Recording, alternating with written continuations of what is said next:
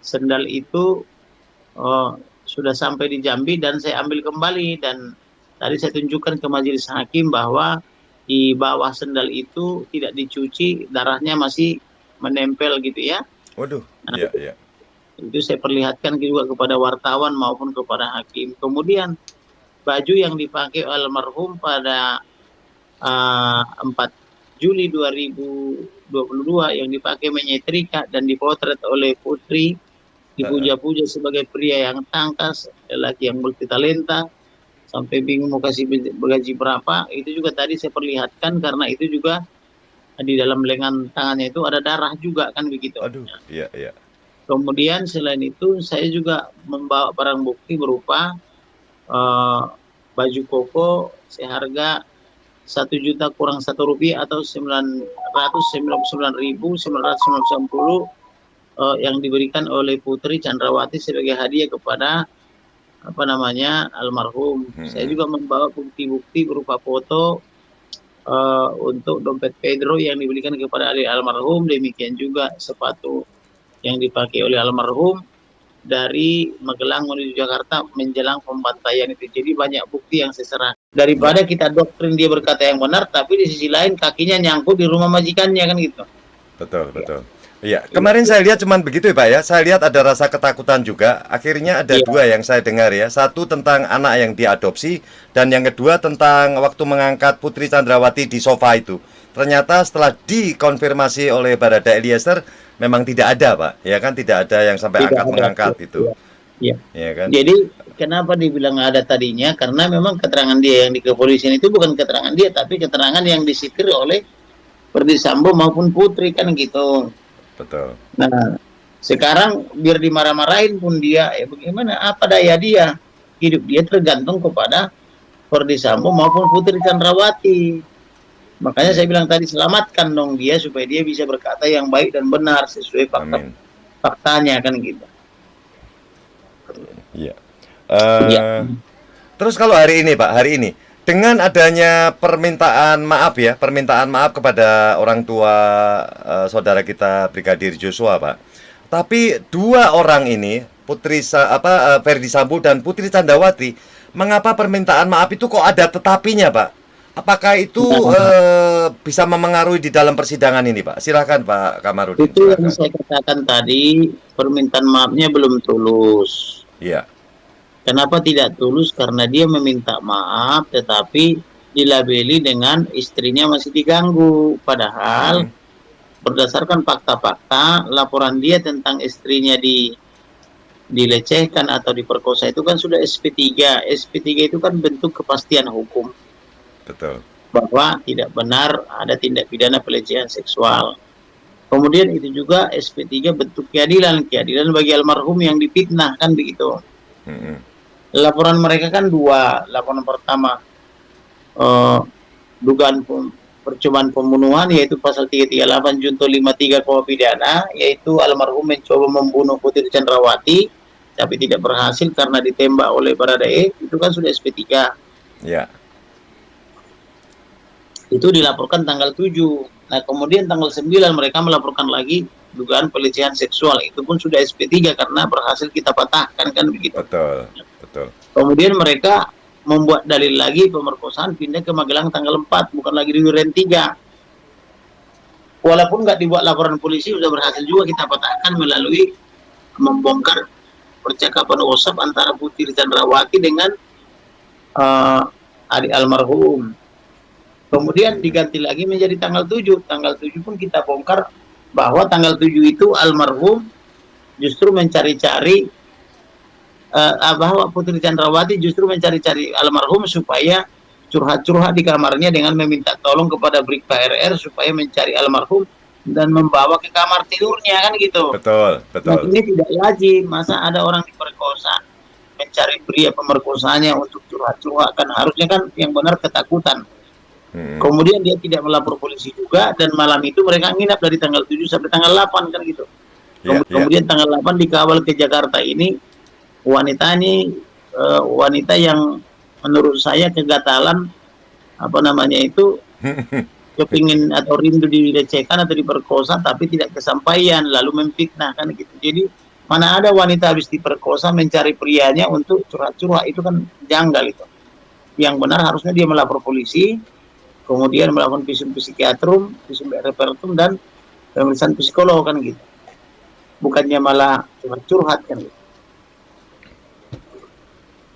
Dan tanda-tanda bahwa dia menyukai almarhum itu banyak pemberian dia baik kepada almarhum, kepada keluarganya maupun kepada adik almarhum kan gitu. Biasanya wanita kalau mencintai prianya biasanya begitu, berbuat baik karena mengharapkan sesuatu hal. Disebutlah itu dalam istilah teologi kasih filia gitu loh. Bukan kasih agape kan gitu. Kalau kasih agape itu pengorbanan, kalau kasih filia itu karena dia menginginkan sesuatu kan gitu. Jadi dia mencintai atau mengasihi karena mengharapkan balasan kan gitu, pengen dicintai juga kan gitu. Iya, oke. Sekan. Mengenai HP sampai sekarang tidak jelas rimbanya di mana, karena itu disembunyikan oleh Perdi Sambo, takut ketahuan isi HP-nya kan ke penyidik atau kepada yang lain. Bahwa adapun HP adalah HP pengganti, mereka mencoba membeli HP yang baru seolah-olah menganggap bahwa kita perlu HP.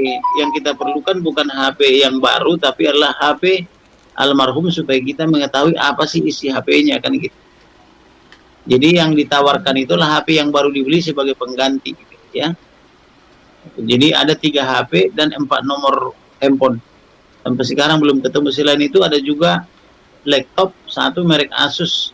Kemudian ada lagi ATM, kemudian fasilitas e-banking dan lain-lain sebagainya itu. Itu belum kembali sampai hari ini. Apakah itu nggak termasuk barang bukti, Pak? Tidak termasuk barang bukti karena kan seperti saya bilang di pengadilan, penyidik ini kan tidak berpihak kepada kita, jadi mereka tidak kerja. Yang kerja itu kan saya kan gitu. Jadi apa yang saya supply itu mereka kerjakan. Jadi dari awal kan penyidik ini tidak greget mencari bukti kan gitu. Malah kita sendiri pun mau di BAP untuk yang lanjutan sampai P21 tidak ada BAP lanjutan, sehingga kurang tajam dia BAP-nya. Tapi kalau handphone ya Pak Kamarudin, semestinya handphone itu kan kita melihat ya dari entah itu narkoba, entah apa, semua ini kan handphone pada dikumpulkan Pak dari si tersangka ya, itu atau kan mungkin handphone, si itu ya. Itu kan handphone kalau terpidananya pidana umum, ini kan terpidananya atau tersangka terdakwanya kan Perdi Sambo Kadipropam gitu loh. Jadi sekaligus Kasatgas Merah Putih. Tadi saya berikan juga bukti bahwa dia Kasatgas Merah Putih, saya berikan kepada hakim berdasarkan laporan intelijen saya kan itu. Jadi artinya ya treatment penyidik dalam perkara ini berbeda dengan treatment perkara pada umumnya kan gitu. Jadi tidak ada barang bukti daripada jaksa penuntut umum karena pakaiannya tidak ditemukan, malah saya yang menemukan. Handphonenya tidak ditemukan, laptopnya tidak ditemukan gitu loh ya. Tapi memang ya, silakan Pak silakan Pak Apa target Bapak dalam kasus ini? Ini Pak, ini kan masih agak panjang juga ya. Silakan. Panjang ini bisa sampai Desember. Sampai Desember ya Pak ya. Ini masih sampai berapa lama kira-kira Pak Kamarudin kalau melihat persidangan ini Pak? Ini kan masih agak panjang juga ya. Masih panjang ini bisa sampai Desember. Sampai Desember ya Pak ya. Iya. Dengan 340-nya apakah Bapak masih yakin Pak? 340 buat Verdi Sambo dan Putri. Terus buat yang Baradae atau Baradae khususnya Baradae Pak. Dengan kesaksian Susi terus mendengar sekarang ini Pak pada hari ini persidangan. Bagaimana tentang Barada Eliezer Pak? Apakah dia ada kemungkinan bisa ringan atau meringankan dia punya hukuman Pak? Silakan Pak Kamarudin. Tergantung. Kalau Baradae misalnya membunuh karena dapat janji diberi uang miliaran, ya dia terpenuhi motifnya adalah uang ekonomi kan gitu. Tetapi kalau uang itu dijanjikan pasca membunuh untuk tutup mulut, itu beda lagi kan gitu. Berarti dia kemungkinan ke 338 kan gitu.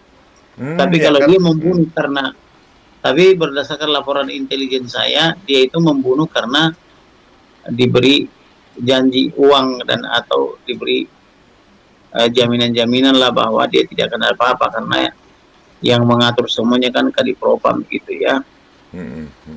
Dan itu sudah dilakukan ya Pak Kamarudin, karena dari tanggal yang sebelum tanggal 8 itu kan sekarang digeser menjadi tanggal 10 Pak. Tanggal 10 Juli, jadi setelah kejadian itu ada ucapan, nanti ada ucapan terima kasih. Itu kok bisa begitu ya Pak ya? Putri Candrawati mengucapkan terima kasih, Ferdy Sambo mengucapkan terima kasih. Apakah itu tidak berdampak dengan 340 Pak? Atau mungkin bisa atau ringan, bisa ringan. Silakan Pak.